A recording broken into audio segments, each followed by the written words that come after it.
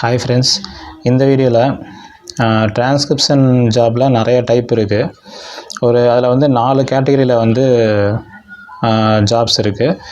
என்னென்ன types of jobs இருக்குங்கிறத நான் வந்து ஒன்றா சொல்கிறேன் உங்களுக்கு.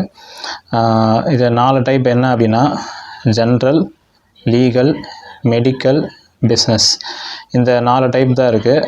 அதில் ஃபஸ்ட்டு டைப்பு அதில் பார்த்திங்கன்னா நிறைய வகையான டிரான்ஸ்கிரிப்ஷன் இருக்குது. ஜென்ரல்னு எடுத்துக்கிட்டோம் அப்படின்னா, கோ டிரான்ஸ்கிரிப்டில் கொடுக்குற ஒர்க்கும் சரி, இப்போ வந்து rev.com, அப்புறம் வந்து பார்த்திங்கன்னா டிரான்ஸ்கிரைப் மீ, இந்த மாதிரி சைட்டுங்களெல்லாம் கொடுக்குற வேலை வந்து எப்படி இருக்கும் அப்படின்னா, 2 பேர் பேசிக்குவாங்க, இன்டர்வியூ பேசிக்குவாங்க. ஜாப் இன்டர்வியூவாக இருக்கும், இல்லை யாரையாவது தனிப்பட்ட ஆளுங்களை வந்து பேட்டி எடுக்கிற இன்டர்வியூவாக இருக்கும். அந்த மாதிரி வந்து கேட்டகரிலையும் வரும், அந்த மாதிரி டாப்பிக்லேயும் வரும். ப்ளஸ் வந்து ஒரு ஸ்டூடெண்ட்டும் லெக்சரரும் பேசுகிறதும் இருக்கும். அந்த மாதிரி இருக்கிற இதுவும் இருக்குது. ஓகேங்களா? ஸோ ஜென்ரலில் பார்த்தீங்க அப்படின்னா, லெக்சரர்ஸு, இன்டர்வியூ எடுக்கிறவங்க, அப்புறம் வந்து வேறு ஜென்ரலான விஷயங்கள், பொதுவான இன்டர்வியூஸ் லைவாகவும் இருக்கும், ப்ளஸ் வந்து டெலிஃபோனிக்காகவும் இருக்கும். ஸ்கைப்பில் எடுத்திருப்பாங்க, சில பேர் ஜூமில் இன்டர்வியூ எடுத்திருப்பாங்க.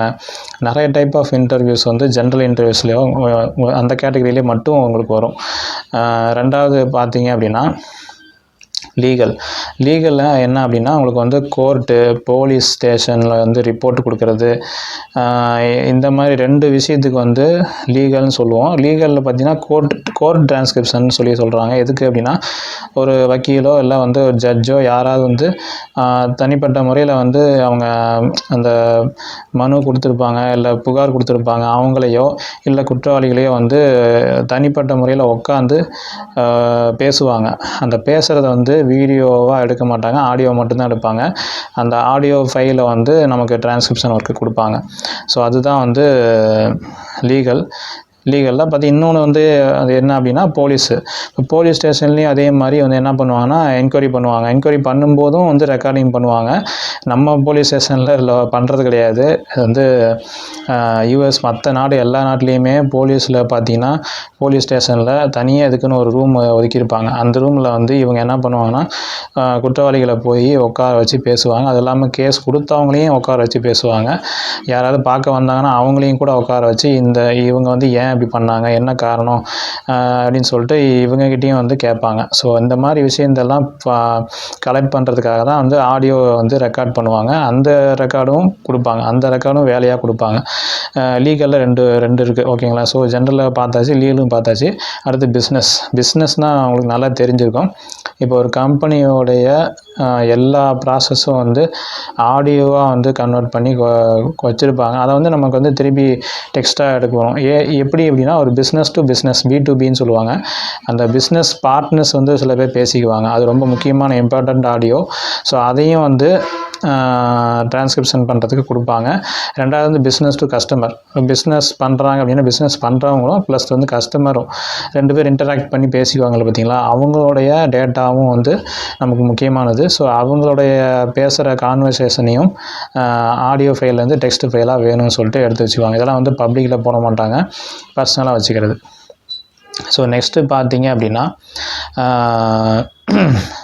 இன்னொன்று சொல்ல மறந்துட்டேன். ஜென்ரல் டிரான்ஸ்கிரிப்ஷனில் செர்மோன் டிரான்ஸ்கிரிப்ஷன் ஒன்று இருக்குது. அது பார்த்திங்கன்னா, பைபிள் வேர்ட்ஸ் வந்து அது வந்து என்ன பண்ணுவாங்கன்னா, ப்ரீச் பண்ணுறவங்க, அதாவது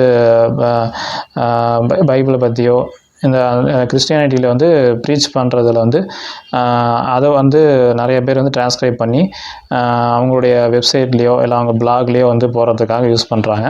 ஸோ அது வந்து ஜென்ரலில் வந்து அது வரும். ஸோ அதை நான் சொல்ல மறந்துட்டேன், இப்போ அது ஞாபகம் வச்சுக்கோங்க.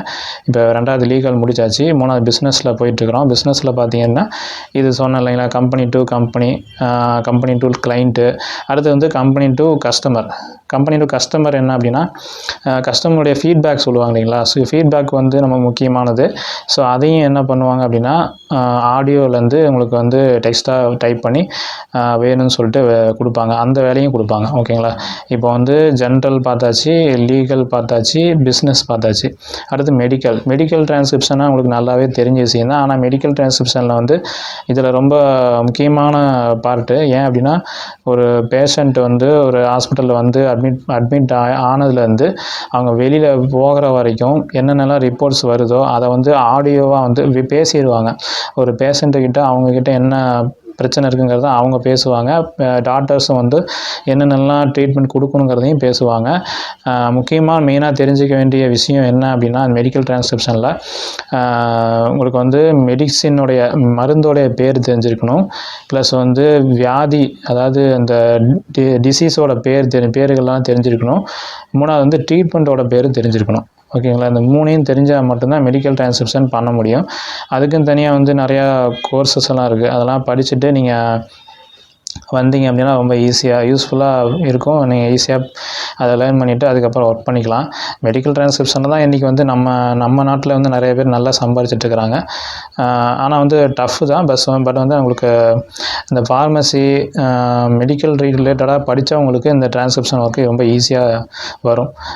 சில பேர் வந்து லைவாக டாக்டர்ஸ்லாம் வந்து பேசியிருப்பாங்க. அந்த மாதிரி டாக்டர்ஸ் பேசின ஆடியோலாம் லைவாகவே நம்ம உட்காந்து அந்த நேரத்தில் அவங்க என்ன பேசிகிட்டு இருக்காங்களோ அதை அப்படியே டைப் பண்ணணும். லைவாக உட்காந்து நம்ம டைப் பண்ணுற மாதிரி இருக்கும். இன்னொன்று வந்து ரெக்கார்டட் பண்ண ஆடியோ ஃபைலும் கொடுப்பாங்க. ஸோ அந்த மாதிரியும் இருக்குது. லைவ் டிரான்ஸ்கிரிப்ஷன் இருக்குது. இதில் வந்து 2 டைப் இருக்குது. எல்லா டாப்பிக்லேயும் பார்த்திங்கன்னா லைவும் இருக்கும், ப்ளஸ் ரெக்கார்ட் பண்ணதுக்கப்புறம் கொடுக்குற ஆடியோ ஃபைலும் இருக்கும். ஸோ 2மே வந்து 2 டைப்பில் வரதுனால உங்களுக்கு வந்து கொஞ்சம் லைவ் பண்ணுறது கொஞ்சம் கஷ்டம். ஆனால் ரெக்கார்ட் பண்ணதை நம்ம பண்ணி கொடுக்குறது ஈஸி. ஸோ அதுக்கு வந்து போன வீடியோக்களில் ஏற்கனவே நான் நிறையா என்னென்ன டூல்ஸ் யூஸ் பண்ணுறேன் அப்படிங்கிறத நான் உங்களுக்கு ஆல்ரெடி ஷேர் பண்ணியிருக்கேன். நீங்கள் அதை பார்த்தீங்கன்னா தெரியும். ஸோ இந்த இன்ஃபர்மேஷன் உங்களுக்கு வந்து ரொம்ப யூஸ்ஃபுல்லாக இருக்கும்னு நினைக்கிறேன். இதுக்கப்புறம் அடுத்த வீடியோ என்ன வரப்போகுது அப்படின்னா, உங்களுக்கு வந்து லீகல் டிரான்ஸ்கிரிப்ஷன் ரிலேட்டடான ஒரு வெப்சைட் தான் உங்களுக்கு வந்து சொல்ல போகிறேன். அந்த வெப்சைட்டில் எப்படி அப்ளை பண்ணுறது அப்படிங்கிறத நான் சொல்ல போகிறேன். ஓகேங்களா? நீங்கள் வந்து சப்ஸ்கிரைப் பண்ணாதவங்க சப்ஸ்கிரைப் பண்ணி வச்சுக்கோங்க. நெக்ஸ்ட்டு வரப்போகிற வீடியோக்களில் வந்து உங்களுக்கு வந்து டிரான்ஸ்கிரிப்ஷன் சைட் தான் உங்களுக்கு சொல்ல போகிறேன். அதில் என்ன பண்ணலாங்கிறத பார்க்கலாம். ஓகேங்களா? ஸோ அந்த வீடியோ உங்களுக்கு பிடிச்சிருந்தால் லைக் பண்ணுங்கள், ஷேர் பண்ணுங்கள்.